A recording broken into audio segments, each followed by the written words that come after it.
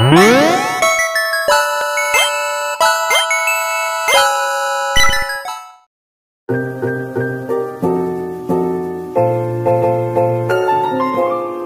suang semalang kongkeng ngohe-ngohe, yang artinya, halo teman-teman dimanapun kalian berada. Gimana? Rokok masih perbungkus? Kembali lagi bersama aku dan Still Hopeless People. Ya, pada kali ini aku akan membahas sebuah kasus lagi yang berhubungan dengan supranatural yang tidak lain dan tidak bukan tentang fenomena kesurupan jin ibrit. Ya udah, tanpa berlama-lama lagi langsung saja kita ke kasusnya. Karena aku sudah ada janji nanam bibit sawit di daerah pokok jengkol bersama teman ayahku yaitu Bill Gates. Dan inilah The Exorcism of Anneliese Michel Keys.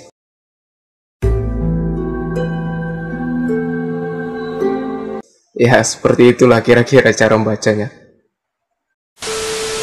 Kasus bermula ketika Anneliese Michel, yang akan kusebut Michel aja karena susah nyebutin namanya. Seperti ini parasnya. Michel mengalami kejang-kejang dan didiagnosis menderita psikosis yang disebabkan oleh epilepsi lobus temporal. Buat kalian yang nggak tahu apa itu epilepsi lobus temporal merupakan sindrom epilepsi yang paling umum dengan kejang vokal. Kejang ini sering dikaitkan dengan gejala mual dan emosi seperti dejavu dan ketakutan. Dan epilepsi jenis ini biasanya muncul pertama kali pada masa kanak-kanak atau remaja. Seperti itulah kurang lebih artinya epilepsi lobus temporal. Balik lagi ke kasusnya, lanjut. Tak lama kemudian dia didiagnosis menderita depresi dan dirawat di rumah sakit jiwa.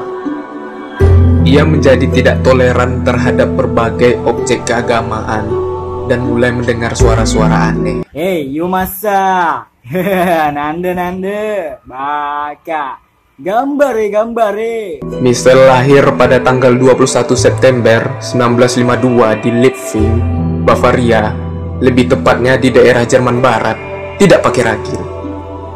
Dia besar bersama 3 saudara perempuannya dan berasal dari keluarga Katolik. Michel merupakan orang yang sangat religius dan pergi ke gereja setidaknya 2 kali seminggu. Pada Juni 1970, Michel mengalami kejang-kejang ketiganya di rumah sakit jiwa tempat dia dirawat.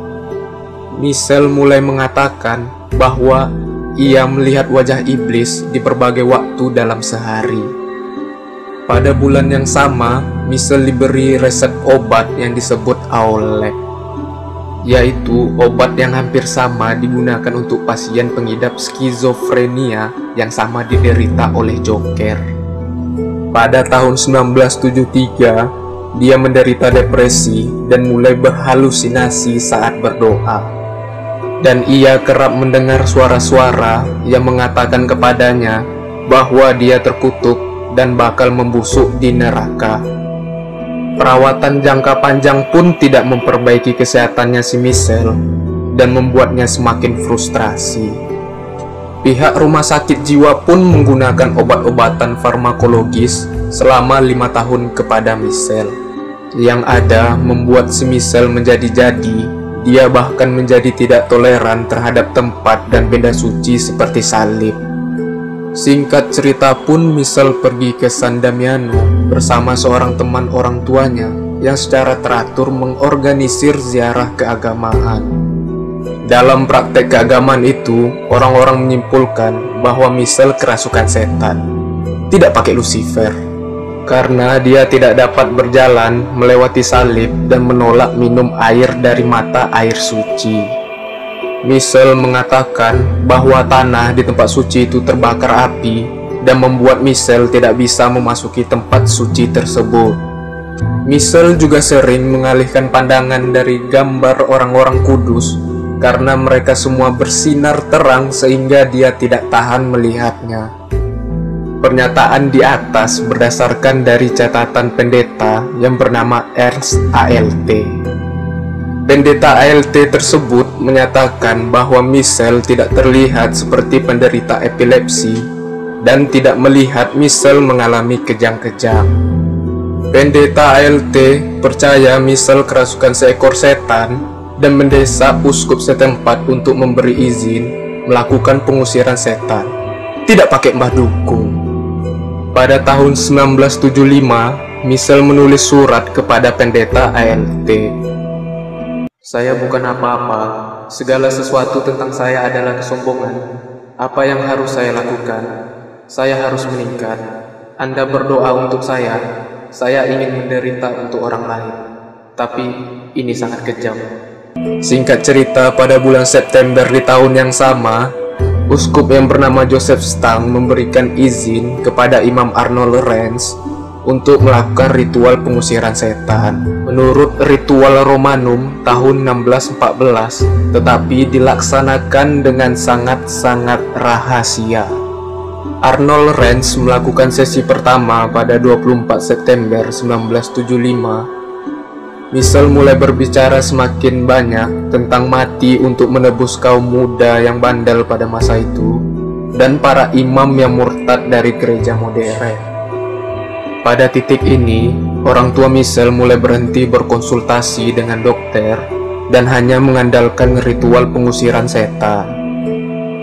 67 sesi pengusiran setan dilaksanakan 1-2 kali dalam seminggu yang berlangsung selama 4 jam, dilakukan selama sekitar 10 bulan pada tahun 1975 sampai 1976. Michelle meninggal pada 1 Juli 1976 di rumahnya.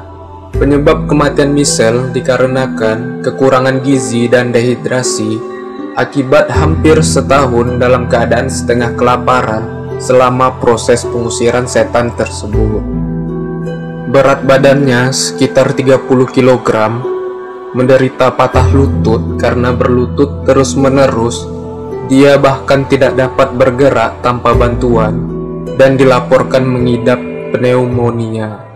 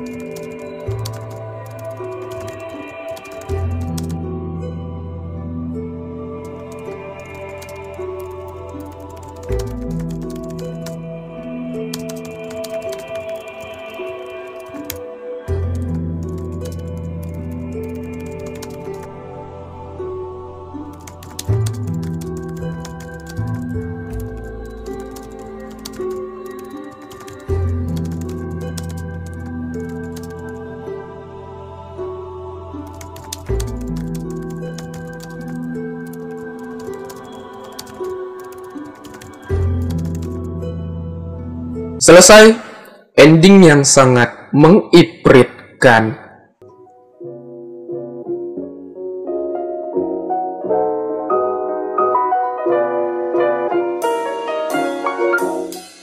Akibat dari kematian semisal itu, kedua orang tuanya pun ditangkap bersama dengan 2 pendeta yang melakukan sesi pengusiran setan tersebut. Mereka didakwa melakukan pembunuhan karena kelalaian.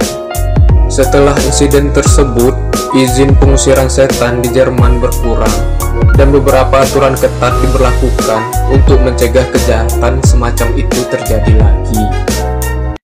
Jadi, siapa yang sebenarnya yang benar-benar setan di kasus ini?